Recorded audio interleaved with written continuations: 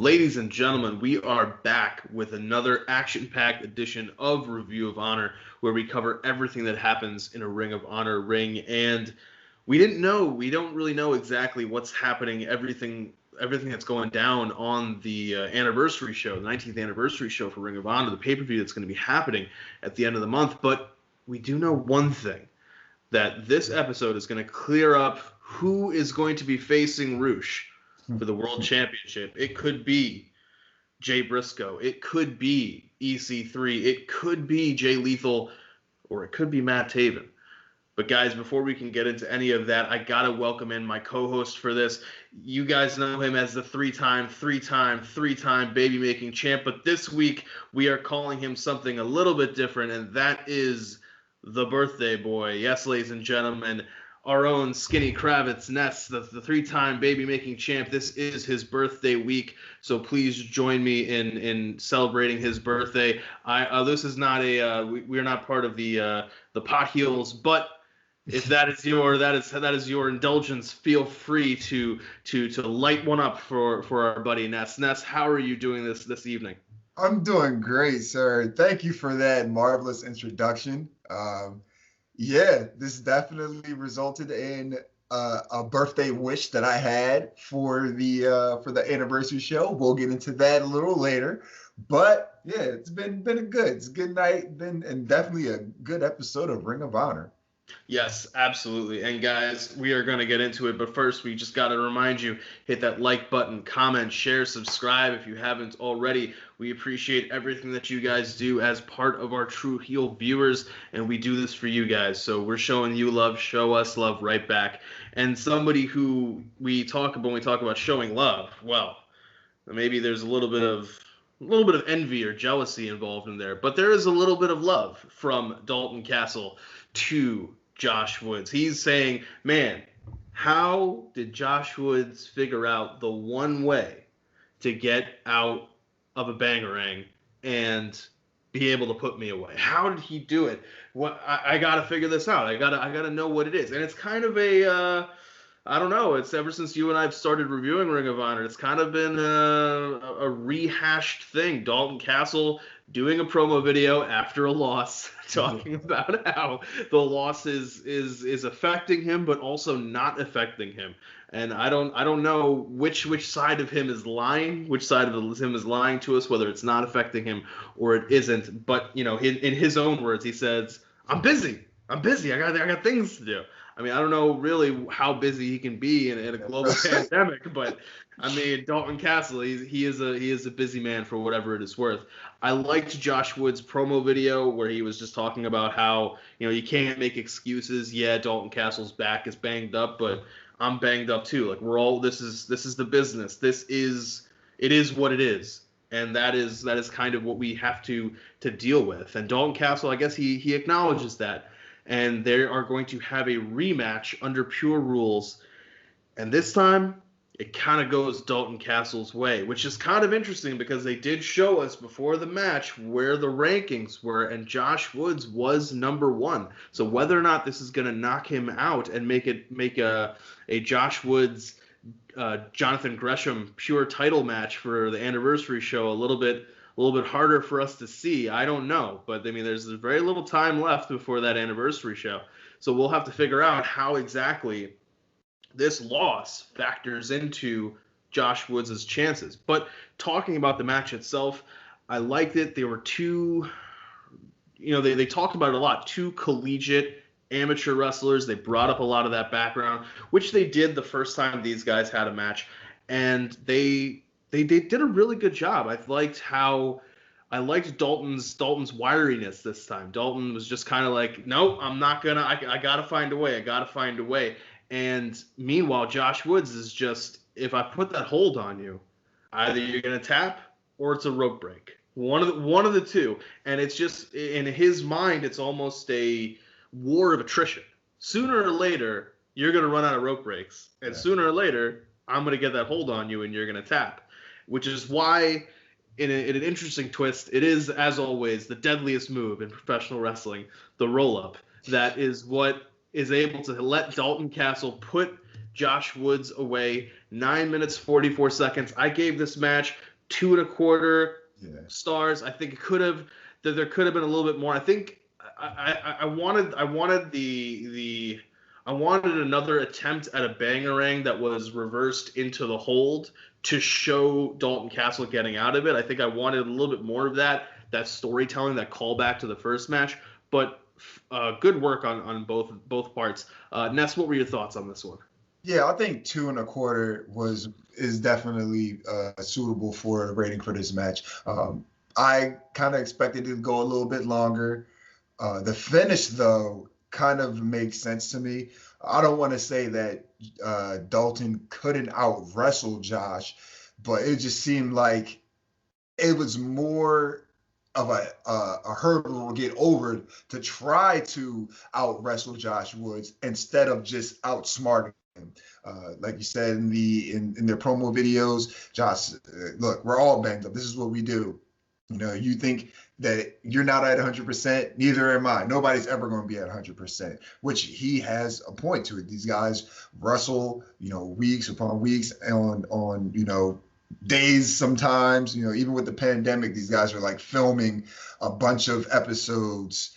So there's content for weeks. So it's understandable that, they're never going to be at 100%, so to speak, but, you just got to nut up and do your job. So I definitely resonated with Josh Woods making that statement. Dalton Castle, man, he's at both ends of the spectrum at any point in time. 1 minute he's like, okay, and the next minute he's out there. Like 1 minute he's out there, and then he's like trying to talk to himself to get grounded and put himself back into position. So that was fun. But yeah, man, at the end of it, I actually didn't expect Dalton Castle to get this win. I thought it was going to be another Josh Woods victory, just cementing his spot in the pure division, already having that number one spot, just, signifying that he's going to go for or get the pure title shot, against Jonathan Gresham at the anniversary show. So, but again, Dalton Castle being Dalton Castle, he's saying, look, it's not going to work. He was in the gorilla lock twice, used 2 rope breaks. It really wasn't going his way. He had a little bit of offense, but for the most part, it was Josh Woods' match. Up until the point where, he fakes him out, says, my back. And then, again, the most dangerous move in pro wrestling, the roll-up. It caught me off guard, obviously caught Josh Woods off guard. And, Dalton comes out with a victory. He definitely needed the win. Like I said, I was expecting Josh Woods to win, maybe wanted Josh Woods to win, but out of the two, Dalton definitely needed this win. Give him some type of momentum, get his head back on straight. He has been suffering a lot of major losses for over the past couple of weeks. So this definitely gives him something. I don't know where it's going to go from here. If he's going to move up in the rankings, since he literally beat the number one contender. So, yeah, I just want to see where that goes. And then even I don't know if you want to get into it right now, but like the post-match with Silas Young coming out, just saying, look, I know you wanted to do you wanted to go off and do some singles things, which you were pretty successful at, but it just seemed like when the stakes were high, you couldn't get the job done, and he said it in a nicer way, but it's just like when things were on the line, you really couldn't get it done. So is this what you want to continue to keep doing, or do you want to come back home tagging with me and then perfecting your craft? So he kind of left Josh with an ultimatum of some sorts.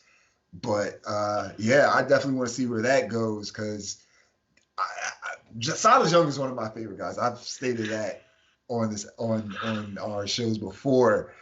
So these guys had a little bit of some of a rivalry going on, which led to them tagging. Is it going to go back down that road? Who knows? But I think this actually might be the fire that Josh needed have lit under him to snap and get that killer instinct that we all know that he has. He just has to up it a little bit more. Absolutely. I agree with you 100%. This was you're just talking about Dalton Castle having his head on straight, but that's what Silas Young was talking about with Josh Woods. And, it has that point. Like, can you call yourself Josh the Goods Woods if you're not able to deliver when you have those big matches? That was one of the kind of famous things that was always attributed to John Cena, big match John, right? Yeah. And Josh Woods, maybe this is part of the evolution for him. And I don't know, like, to your point, what is he going to do? What is he going to decide? Is it going to be just to team back up with Silas Young, or will he try to continue to be a singles wrestler? And this also is why we don't know what's going to happen with this pure rankings. And, and before Dalton was unranked, he beats the number one guy. He can't jump straight to number one.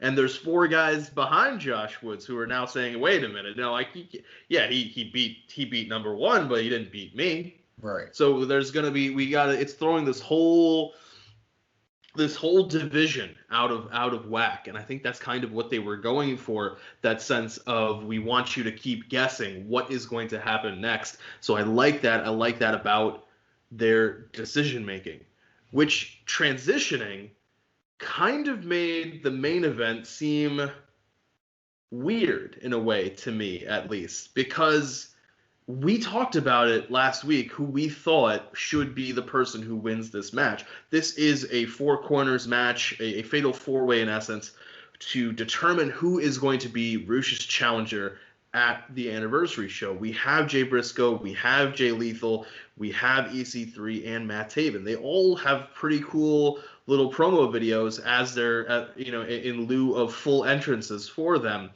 And we get kind of where each guy is coming from. We get where their positionings is or are, but nobody seems to have as strong of a desire or a claim almost to the title than Jay Lethal. Yeah. Matt Taven just seems to be there so that this isn't a triple threat. And so that when EC3 and Jay Briscoe break down, as we know they're going to do, there is somebody for Jay Lethal to face off in the ring. Yeah. EC3 and Jay Briscoe are seemingly there for when they're going to break down, which leaves Jay Lethal. And so it comes as to no surprise. I mean, you and I both predicted this, but just after 14 minutes, Jay Lethal pins Matt Taven to win the right to face Rush. Rush would say that Jay Lethal won the right to lose to him, to be sacrificed to the altar of La Faction Ingobernable. But what this match did, what I liked about it, was it kept 3 different plates spinning at the same time. It kept Jay Lethal and the Foundation versus LFI going. It kept Jay Briscoe and EC3 in their thing, because they eventually just leave the match and end up just brawling. And the best part of it is they don't even show us. They don't even show us them brawling. They're just like, oh, they left the camera what the camera can show you. So they're stage left. They're stage left. Don't worry about them. They hate each other. And it kept everything going with Matt Taven and Vinny, because the reason why Matt Taven loses, or at least we'll say a big part of the reason why he loses, is the Righteous's Vita. She is there. She's dancing around the ring. And this was probably the one thing that I took the most exception to this match about. The entire time she's dancing around the ring, distracting Matt Taven, Maria Bennett is on commentary doing absolutely fuck all, while the person who helped break her husband's ankles and has been antagonizing her husband and his best friend is out there costing her husband's best friend, who she used to manage, an opportunity at the world title. And the best part of this whole thing was, the entire time this is happening, she's like dead silent. She's not even saying anything. Like, at least if she'd been like, oh my God, what the hell? This is ridiculous. I'd have been like, all right, cool. Like if she had been like, oh, I'm gonna get involved, and then you hear Riccaboni or Coleman be like, no, Maria, you can't leave the thing. Like you're not cleared to do like something to that effect would have been great. But instead, we just hear this awkward silence when and I feel like I think Riccaboni was like, oh, she's antagonizing your husband's friend, and Maria's just like flatline. Like you would have seen more life at a morgue. It was a little bit ridiculous. So I don't know. That kind of pulled me out of it. But the rest of the match I thought was really good. They had some good spots. They had, I don't know, like it seemed as though each guy kind of got a little bit of time to shine. They did, the classic multi-man kind of spot where I thought it was just going to be the, power bomb with the suplex, but then it turns out to be a double power bomb suplex because EC3 gets involved. But overall, I don't know, like the match I felt, and maybe it's because I kind of had an idea where we thought they were going to go with this, but something about it didn't just feel as good to me. And I gave this one 2.25, maybe 2.5, but I feel like that's almost pushing it. But Ness, what were your thoughts on the whole thing? And then tell me what you think about Jay Lethal, Roosh, now that we know that is going to be happening. Well, I feel as though the match, I would give it, I'll say 2.5. It definitely could have been more if they would have played up on the fact that, first of all, I don't even know where the hell Maria came from. They never even said that she was on commentary. She just starts talking out of nowhere. I'm like, when the fuck did she get over here? Like they usually, either they'll pan to her or say, we're now joined by Maria Kanellis, blah, blah, blah, whatever. They'll at least announce or, let us know that she's there. She just starts talking out of nowhere. I'm like, when the fuck did she get on commentary? And then she, like, again, when the finish comes, she does nothing. This woman is a part of the team that broke your husband's ankle, attacking your husband's best friend, somebody that I would like to think you have some type of relationship with, and you don't say anything. You don't do anything. It's not like this is a pure match and you're going to get fired. You can do something.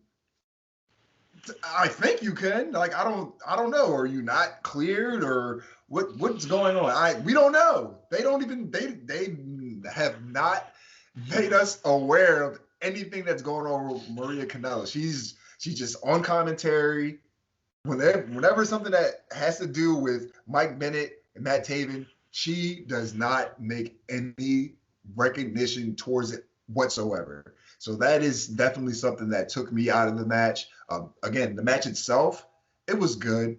Again, we knew where it was going, those spinning plates, and they spun in the directions that we exactly knew what was going to happen. From the moment the match started, Jay Briscoe not shaking EC3's hand, we already knew where that was going to break down into. And then they end up brawling off camera. Again, Matt Taven having Vita Von Star come out, distracted him. We already seen that Bateman wasn't going to be in because he got taken out. Vinny's not allowed to be there. So it made sense, and it was obvious that it was going to be the only member of the Righteous that can come down the ringside, that can be interjected into the storylines or anything that has to do with Matt Taven to come out and distract him. And again, the strongest choice going into the anniversary show to face Roosh was Jay Lethal. Builds up the LFI versus the Foundation match. So it all broke down exactly how we expected it. Like we said, the commentary as far as Maria basically not giving a fuck, because at this point that's really what it is. They're just like they really got to do better with this.